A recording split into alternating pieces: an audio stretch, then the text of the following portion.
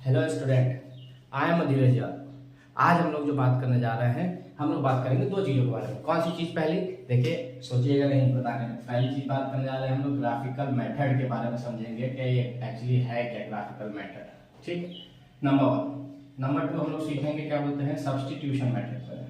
Substitution method के बारे में समझेंगे, इसके बारे में समझेंगे, सब्स्टिट्यूशन मेथड के बारे में समझेंगे। ठीक है, ये साइमल्टेनियसली लिमिटेड क्वेश्चन का पार्ट है। ठीक, तो एक्चुअली क्या है कि हम लोग जब बात करेंगे तो पहले ग्राफिकल मेथड के बारे में बात कर लेते हैं। देखिए ग्राफिकल मेथड क्या है। ग्राफिकल मेथड में जो मेन इंपॉर्टेंट पॉइंट आता है वो क्या आता है? सबसे पहला पॉइंट आता है कि हमारे पास तीन चीजें हैं ग्राफिकल मेथड को समझने के लिए। हमारे पास हम लीनियर इक्वेशन टू वेरिएबल की बात कर रहे हैं, मतलब हमारे पास जो इक्वेशन होगी वो किसके फॉर्म में रिप्रेजेंट की जाएगी? एक्स कॉमा वाई के फॉर्म में।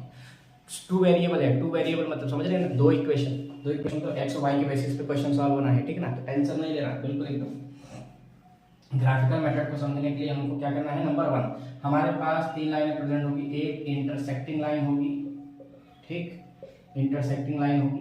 दूसरा हमारे पास कोइंसिडेंट लाइन होगी, ठीक। और तीसरा हमारे पास आता है जिसको हम बोलते हैं पैरेलल लाइन। ठीक है ना, पैरेलल लाइन। ठीक, हम इन तीनों चीजों के बारे में विस्तार से समझेंगे। विस्तार से मतलब समझे प्रॉपर्ली क्या है ये एक्चुअली। तो ग्राफिकल मेथड को समझ लें, इसके बाद सब्स्टिट्यूशन मेथड पे आते हैं। ठीक है ना, तो फिर देखिए नंबर वन बात करेंगे हम इंटरसेक्टिंग लाइन की एक्चुअली है क्या। देखिए मैं धीरे से भी वन बाय वन सबको सॉल्व करूंगा, समझाऊंगा आपको। ठीक है ना, तो ग्राफिकल मेथड में हम किसके बारे में बात करने जा रहे हैं? इंटरसेक्टिंग लाइन के बारे में बात करने जा रहे हैं। किसके बारे में? ये हमारे पास पॉइंट आ गया इंटरसेक्टिंग, ठीक, लाइन के बारे में। इंटरसेक्टिंग लाइन का मतलब ये हो गया कि हमारे पास दो पॉइंट है, एक्स ग्राफ है, एक वाई ग्राफ है। ये दोनों क्या कर रहे हैं? आपस में इंटरेक्ट कर रहे हैं। इंटरेक्ट करने का मतलब समझते हैं कि कहीं ऐसा ग्राफ बना हुआ है हमारे पास। तो ग्राफ बना मतलब कि अगर एक लाइन ऐसी जा रही हो तो दूसरी लाइन हमारे पास ऐसी जा रही हो, तो ये जाहिर सी बात है इंटरसेक्ट हो रही है। दो लाइनें आपस में क्या हो रही? इंटरसेक्ट हो रही है।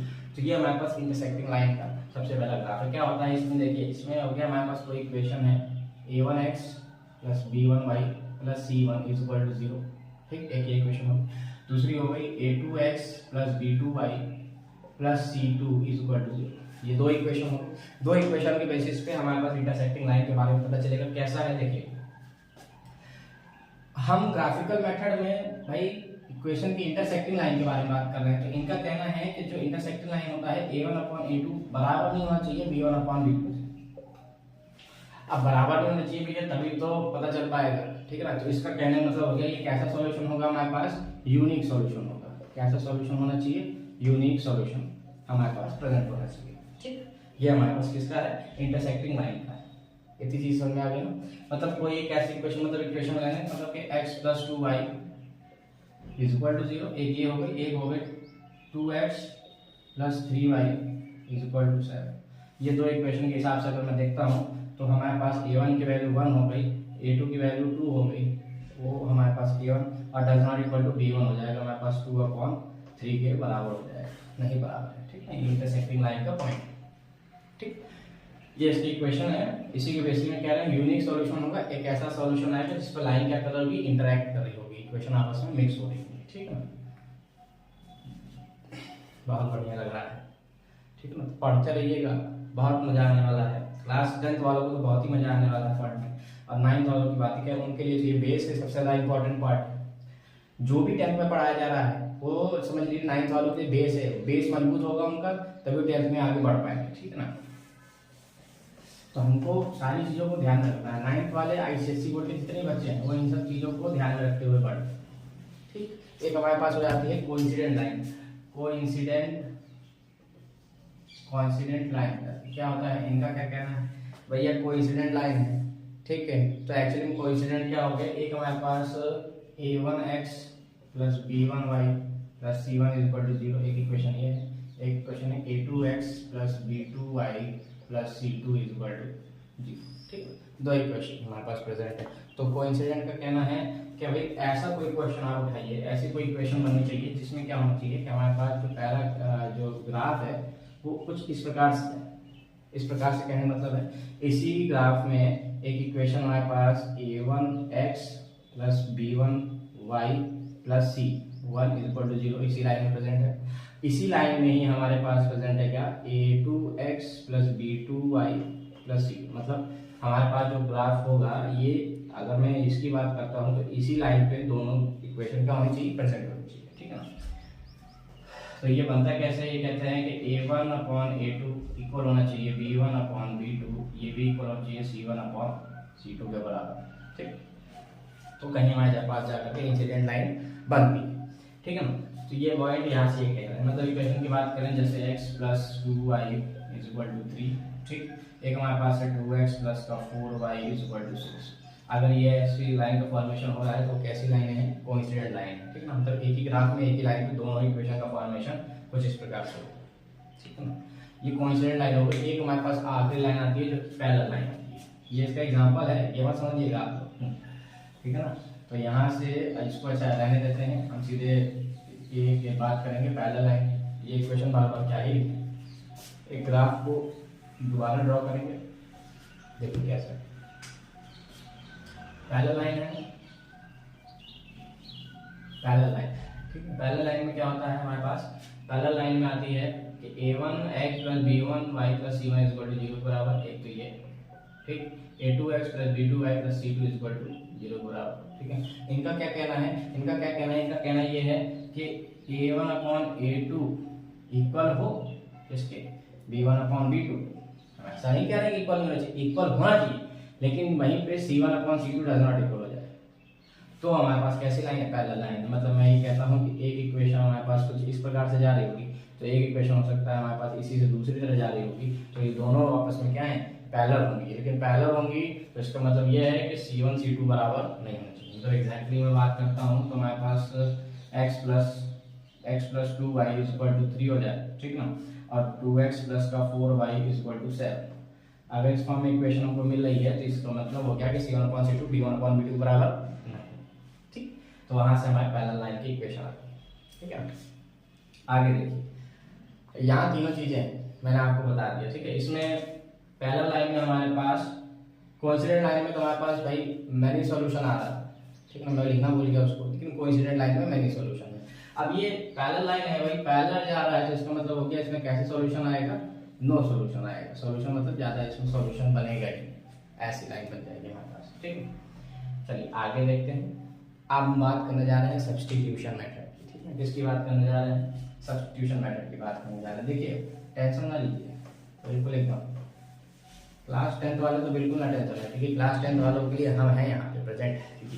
अपना चैनल, हमारे चैनल को सब्सक्राइब करिए, आगे बढ़िए।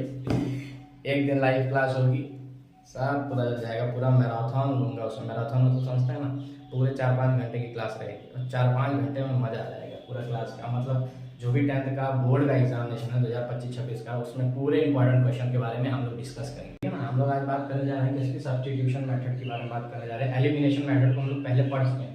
एलिमिनेशन मेथड क्या करना था, एलिमिनेशन ने कहा था कि हमारे पास भाई एलिमिनेट करना है, मतलब ये कहा जाए x प्लस 2y अगर 4 आ रहा है तो 2x माइनस का 2y कितना आना चाहिए, अगर 7 आ रहा है तो हमको ये बताइए x और y की वैल्यू क्या है। भाई हमने क्या किया था कि हमने ये बताया था कि अगर प्लस माइनस है तो हमको सीधे एडिशन करना है, बाकी कुछ नहीं करना है। तो एडिशन करने के लिए हमको दोनों को कैंसिल आउट करना पड़ेगा, तो यहाँ पे 3x हो जाएगा विच इज इक्वल टू 11, ठीक। x की वैल्यू यहाँ से निकल आएगी 11/3, बहुत तेजी से निकल आई, बहुत फास्ट निकल आई, ठीक है। तो वैसे कोई दिक्कत नहीं है, x की वैल्यू फर्स्ट वाली इक्वेशन में पुट करके मतलब फिक्स है x plus 2y is equal to 4 में, तो x की वैल्यू 11/3 है, ठीक, plus 2y is equal to 4। हमने बताया था कि आपको क्या करना है, कांस्टेंट को भाई एक साथ लेके जाना है ना, तो 2y is equal to 4 minus का 11/3, ये हो जाएगा हमारे पास 12 माइनस 11/3, क्योंकि इसके नीचे डिनोमिनेटर 1 है तो एलसीएम क्या आएगा, एलसीएम हमारा 3 आएगा, तो 2y के बराबर, तो 2y किसके बराबर हो जाएगा 1/3, मतलब y किसके बराबर हो जाएगा, y हमारे पास बराबर हो जाएगा किसके 1/6 के बराबर हो जाएगा। तो ठीक है, ये सब इक्वेशंस हमारे पास ये एलिमिनेशन मेथड का था। हम किसके बारे में समझेंगे आज, हम आज एलिमिनेशन मेथड के जो दूसरा भाई है हमारे पास सब्स्टिट्यूशन मेथड, और एक तीसरा भाई भी है, याद रखिएगा, क्रॉस मल्टीप्लिकेशन मेथड है। क्लास 9th वालों के लिए बहुत एडवांस है, आईसीएसई बोर्ड के लिए, क्योंकि उसमें क्वेश्चन इससे सॉल्व करने को आते हैं, ठीक है ना। तो इसके बारे में थोड़ा सा यहाँ पे डिस्कस करते हैं, सब्स्टिट्यूशन मेथड के बारे में। देखिए क्या,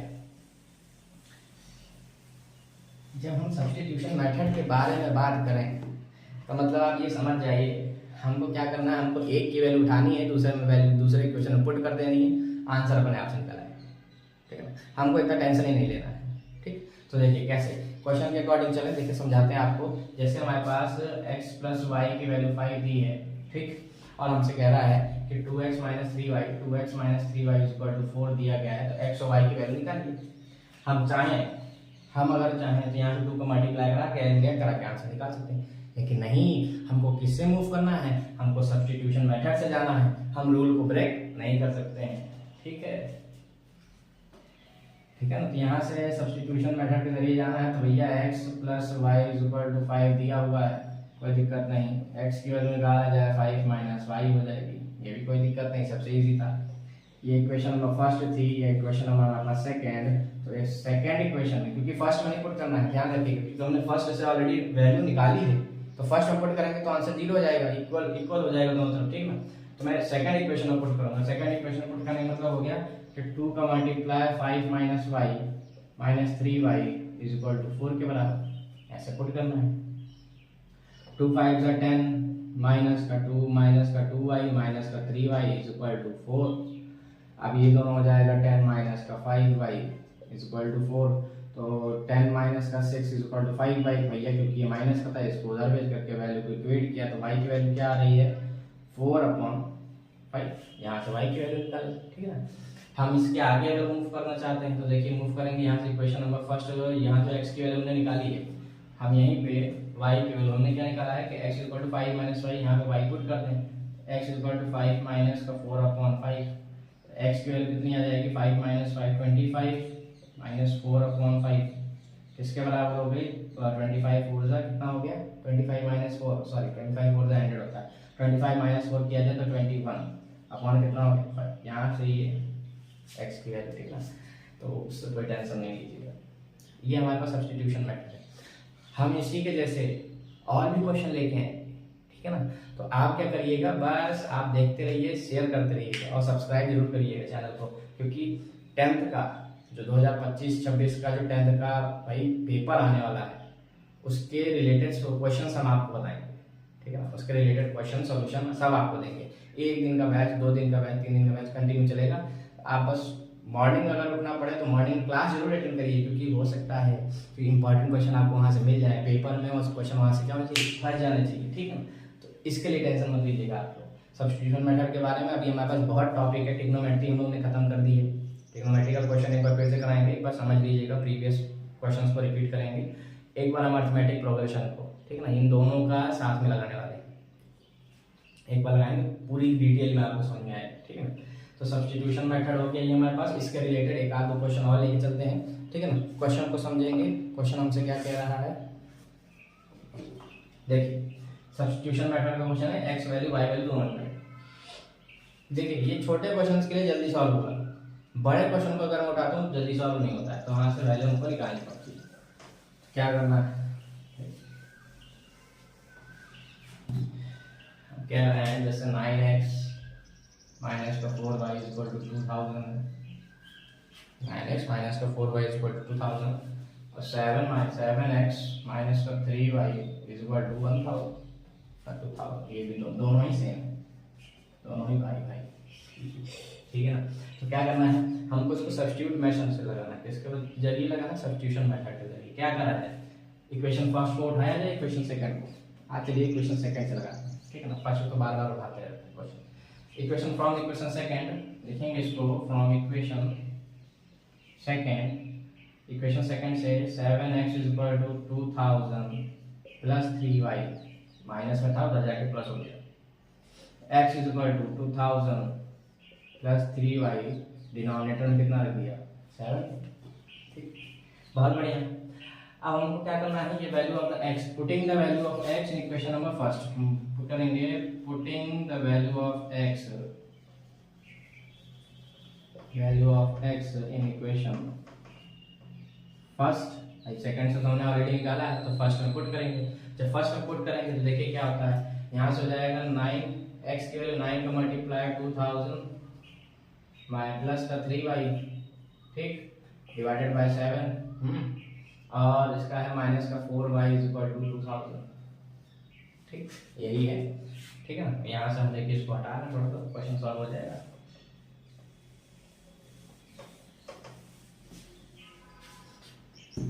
x की वैल्यू भी निकालनी है, तो हमने x को क्या निकाला, यहाँ से x को निकाला है 2000 प्लस 3y डिवाइडेड बाय 7। ठीक है, ये x की वैल्यू है। यहाँ से अगर मैं निकालता हूँ तो 9 टू जाए 18,000 ये हो गया। ठीक, प्लस का 27y, डिनोमिनेटर में 7 माइनस का 4y इक्वल टू 2000। ठीक, आगे आइए 7 को मल्टीप्लाई 4 से डायरेक्ट उधर भेज दिए, क्योंकि डिनोमिनेटर में जब भाई डिनोमिनेटर में कुछ रहेगा नहीं तभी तो क्वेश्चन सॉल्व करने में मजा आएगा। ये 18,000 ही हो गया, प्लस का 27y, ठीक है, माइनस 4 से 128y इज इक्वल टू कितना हो गया, 7 टू जा 40,000, 7 दूनी 14। ठीक है, अब जाहिर सी बात है ये इसको माइनस करेगा तो आंसर कितना आ जाएगा भाई, 18,000 माइनस का y इज इक्वल टू 14,000। कितना बढ़िया सवाल है। देखिए y की वैल्यू अगर मैं निकालता तो 18,000 में से किसको माइनस कर दूं, 14,000 को माइनस कर दूं। ठीक, 18,000 में 14,000 को माइनस करके y को इधर रख दूं, तो y की वैल्यू कितनी आ जाएगी, y की वैल्यू आ जाएगी 4,000। 18 माइनस 14 4। ठीक, y की वैल्यू कितनी आएगी, 4,000 आ गई, यहाँ पुट कर दिया जाए तो x is equal to 2000 plus 3 multiply by 4, 3 multiply by 4,000, denominator में कितना है 7, तो x की वैल्यू आ गई 2000 प्लस का 12,000 डिवाइडेड बाय 7। x की वैल्यू हमारे पास निकल के आएगी क्या, 14,000। इसको 7 से डिवाइड करेंगे तो हमको पता है कितनी आ जाएगी, 2000। कितनी आ जाएगी, 7 दूनी 14, 2000 आ जाएगी। कौन सा ज़्यादा ही सेटअप लगा सबसे इजीएस्ट वे है। इससे भी ज़्यादा अगर टाइम, देखिए यहाँ पे हम लोग को टाइम लगा ना सॉल्व करने में, लेकिन अगर इससे ज़्यादा इजीएस्ट अगर मैं जाऊँ तो एलिमिनेशन मेथड सबसे बढ़िया है। एलिमिनेट कर दिए, बोर्ड में क्वेश्चन में ये नहीं कहता है कि आप सब्स्टिट्यूशन मेथड से ही सॉल्व करिए। ठीक है ना, तो हमको क्या करना है, हमको एलिमिनेशन मेथड उठाना है, सबसे बढ़िया वही लगा लीजिए, चाहे एसएससी बोर्ड हो चाहे सीबीएसई बोर्ड। ठीक है, किसी में भी बोर्ड एग्जामिनेशन में ये नहीं कहा गया है कि आपको सिर्फ एलिमिनेशन मेथड के जरिए ही लगाना है, आपको सिर्फ सब्स्टिट्यूशन मेथड के जरिए लगाना है या क्रॉस मल्टीप्लिकेशन मेथड के जरिए लगाना है, ऐसा कहीं नहीं है। आपको जो सबसे बेस्ट आता हो आप उसके जरिए सारे इक्वेशन सॉल्व कर सकते हैं।